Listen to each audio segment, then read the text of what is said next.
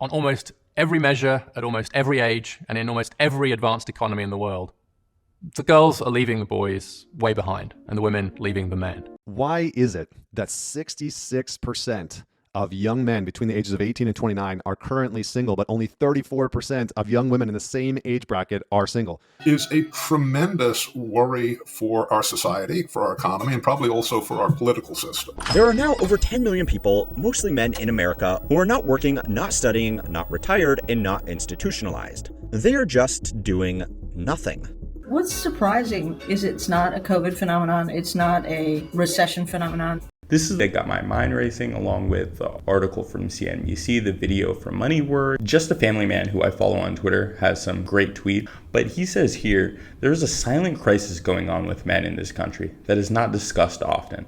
Basically, a lot of men are not entering adulthood and are staying in a perpetual state of childhood. And I responded, a lot of my former classmates are sitting at home doing nothing with their lives, but thinking they'll be a streamer or dropshipper or hit it big gambling. It's so sad. So this got some traction, and I wanted to make a full scoping video to kind of address the issues, because I think my initial tweet was kind of a little dismissive of the men of my generation. And I believe I'll be able to do more justice for the issues that are plaguing us by doing a full video. So today we're diving into the real crisis that's affecting a lot of young men everywhere. It's a crisis of aimlessness, disengagement, falling behind. But this video isn't just about pointing out the problems. Stick around and we'll explore practical solutions to help young men break out of this downward spiral. So this topic is actually near and dear to me. I grew up in a great family. While I had a lot of advantages growing up, I found myself at a crossroads during my senior year of high school. I totaled my car. I wasn't sure if college was the right next step for me. I was dealing with a tough breakup, and I was kind of in a depressive rut.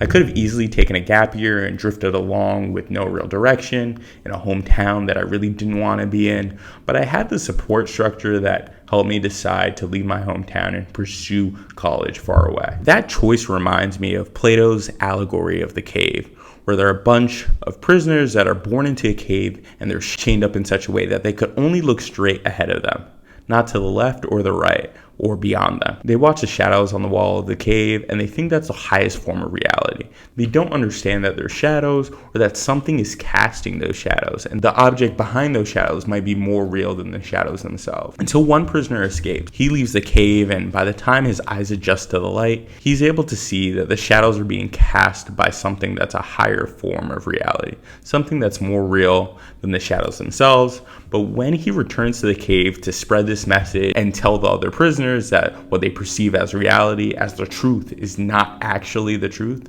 the other prisoners are upset by the fact he's trying to pull them out of their comfort. They ridicule him and cast him out because they don't want to believe it. This is their reality. This disrupts their worldview. It is more comfortable to live in a world where it's possible to get rich by buying a $500 course or throwing money into crypto or Forex or buy a course in drop shipping than it is to live in a world where you actually have to work hard and do difficult things and come up with your own ideas to be a successful person. For me, leaving home was stepping out of that cave. It forced me to take on new challenges, change my mindset, grow up really quickly. It wasn't a straight path, but now, over a decade later, I've been fortunate enough to be living the life of my dreams, honestly, at that point. I've been making more than six figures since I graduated school. I have an amazing relationship, and I'm surrounded by friends who are successful in their own fields. But these achievements didn't come from chasing get-rich-quick schemes.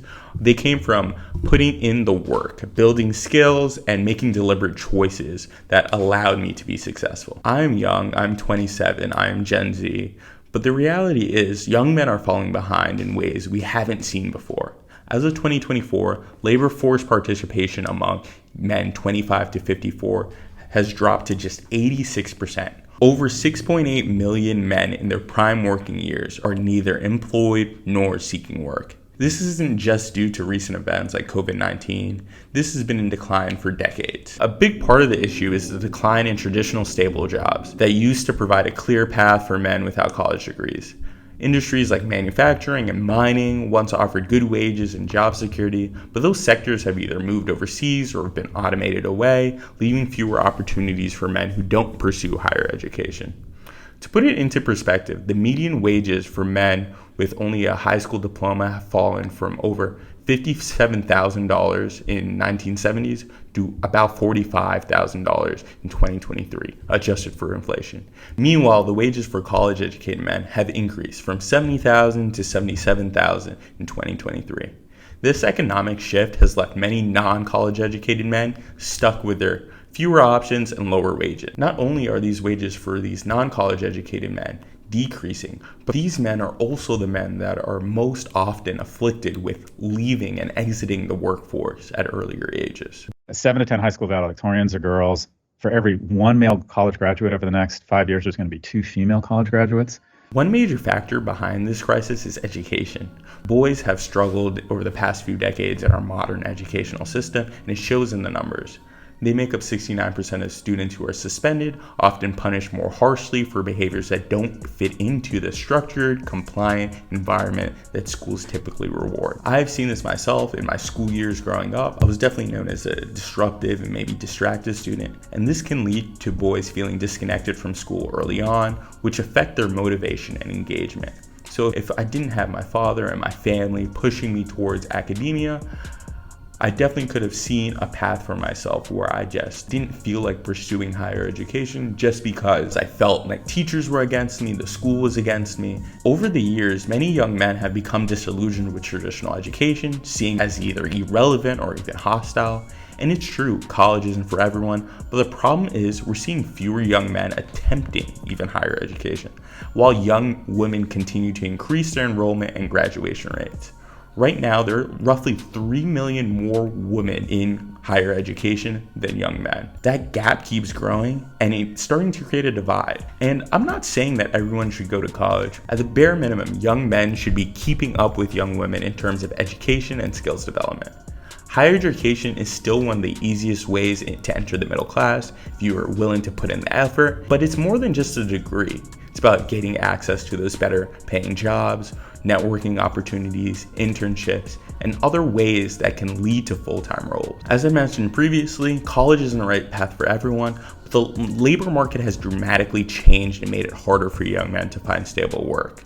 They need specialized training. So whether it's a trade or going into the military, there are a lot of different ways that you could develop the skills. So you need some sort of specialized training. Decades ago, this was manufacturing and construction, but as I said before, these industries have declined due to automation, globalization, and other economic policies. So the number of available positions for these roles have decreased. So all the jobs that are available require a specific skill.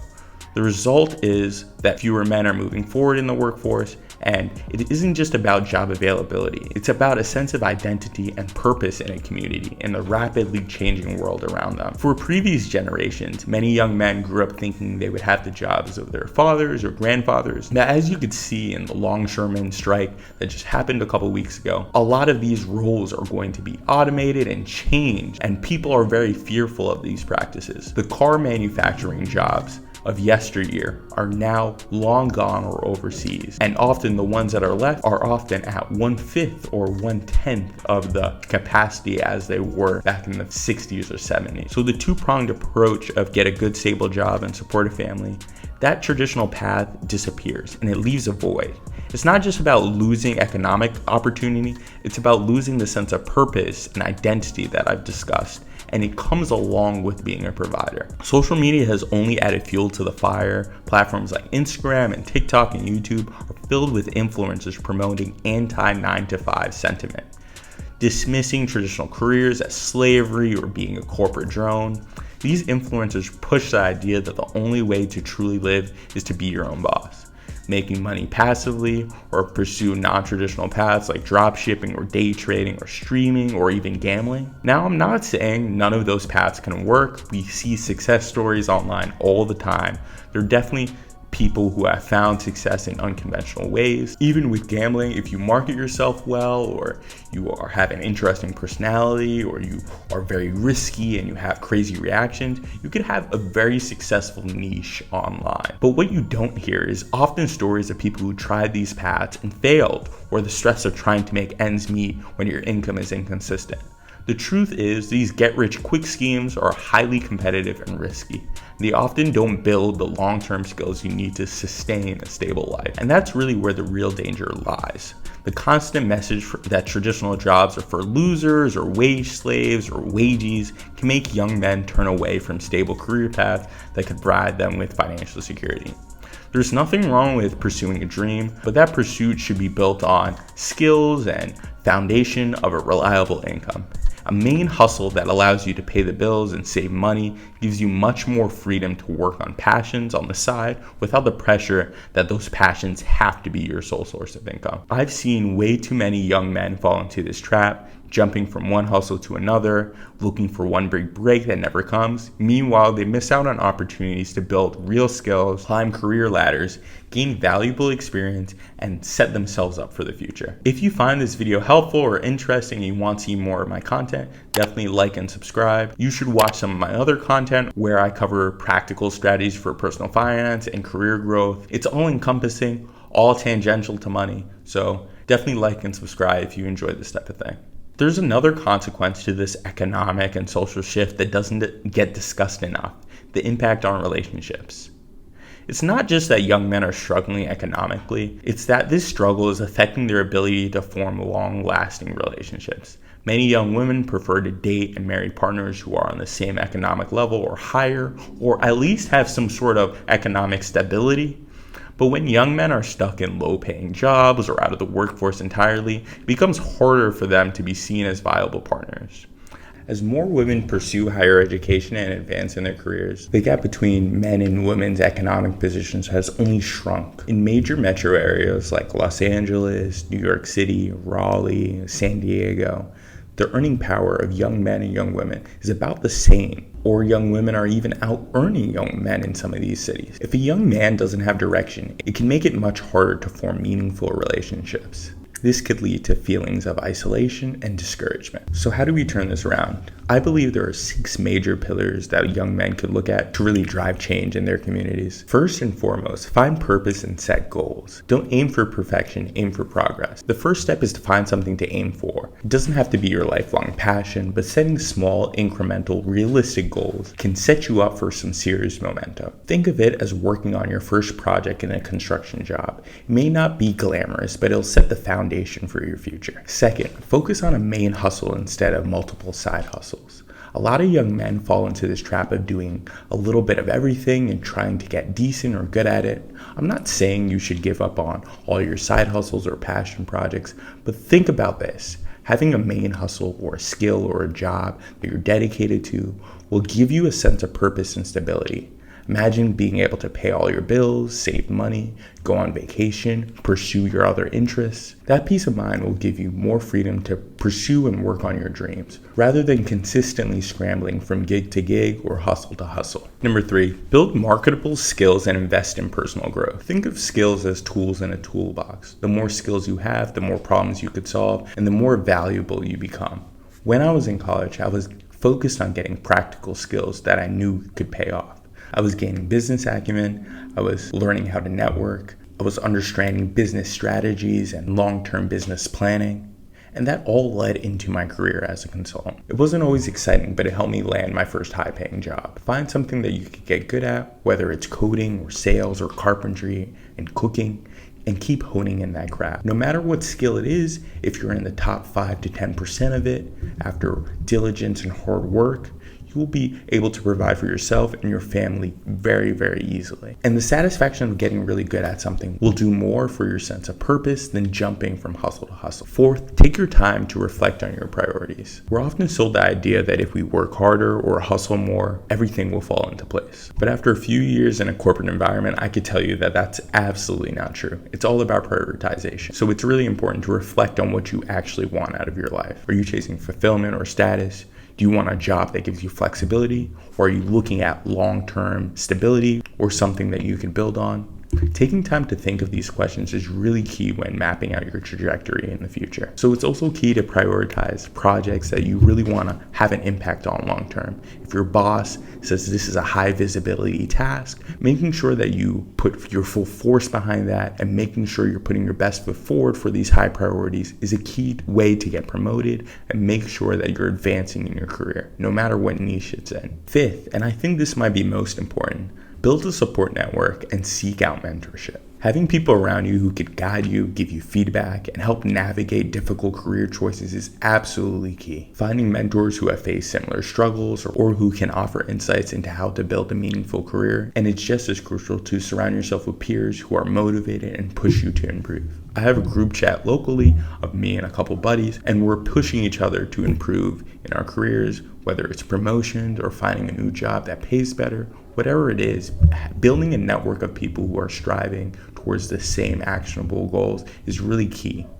As the saying goes, you're very similar to the 5 people closest to you. So if you have a tight-knit group that are also being successful, it would be very difficult to stray from that path. And finally here, develop resilience and adaptability. The world is changing fast and the ability to adapt is more important than ever. And resilience doesn't just mean pushing through when times are tough. It's about learning to pivot and adjust when circumstances change. For example, you're in a declining industry like, let's say, the radio 20, 30 years ago, and you're able to push those marketable skills into television. Now that TV may be dying, you could push those skills again and be a marketer online. There are other ways to adapt and utilize the skills that you already have in your repertoire to develop your own path. It's really important to see how your skills can be applied elsewhere or know what new skills you need to add to your toolbox. I know it's controversial, but I think it's key to look at the military as an option to really drive some resilience and change in some of these young people. Although I never chose that path for myself, I've seen the ways change people and given them structure and purpose, working towards common goals that could potentially add a buffer between high school years and the real world. You're also able to adapt skills and learn new things while going through this process and learn a lot more about yourself. To the young people watching, I want to say you don't have to have it all figured out. Life is a marathon, not a sprint. And the best thing you could do in life is to keep moving forward, even if it's small, minor steps. Work on building skills that can provide stability. And for parents or mentors watching, keep encouraging the young men in your lives to keep striving and improving, especially through difficult times.